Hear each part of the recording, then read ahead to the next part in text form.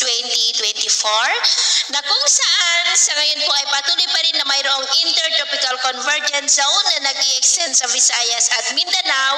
Ito po ay salubungan ng mga hangin na mula po sa northern at southern hemisphere na nagre-resulta ng mga sirkulasyon, kaya po yan tinagurian na breeding ground ng mga bagyo. At mula po sa ITZZ na yan ay posibleng may lalakas ng mga sirkulasyon at maging LPA hanggang po sa tuluyan na maging bagyo sa susunod na mga araw, pero gaya na inyong napapansin ay kikilos naman po yan pataas, palayo po dito sa ating bansa. At sa ating long range forecast, maliban sa pamumuo ng sama ng panahon sa silangan ng ating bansa sa susunod na mga araw,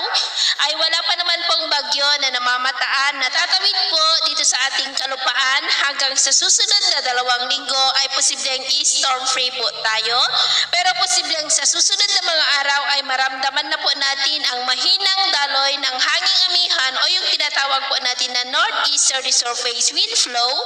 dito po sa northern part ng northern Luzon. Nasa transition period na po tayo ng amihan season. At sa lagay po ng ating panahon ngayong madaling araw, dahil po sa mga localized thunderstorm at ng ITZZ ay may mga pag-uulan sa ilang bahagi po ng Bicol Region, Quezon, Calapan, San Jose, Mansalay sa may Mindoro, Marinduque, Romblon, Northern Palawan, Panay Island, Negros, Cebu, Bohol, Leyte, Samar,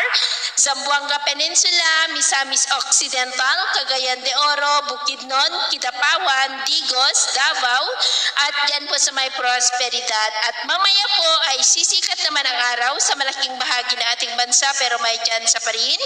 ng maulap na kalangitan with isolated rains, lalo na po sa ilang bahagi ng Southern Luzon at Kabisayaan. At mamayang hapon,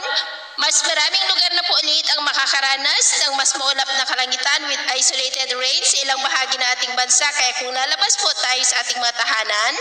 ay ugaliin lamang po natin lagi ang magdala ng kahit anong panangga natin sa init ng araw at proteksyon na rin po sa mga biglaang buhos ng ulan.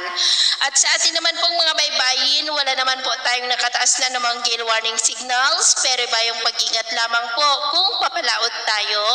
para po mas makaiwas sa mga sakunang pangkaragatan.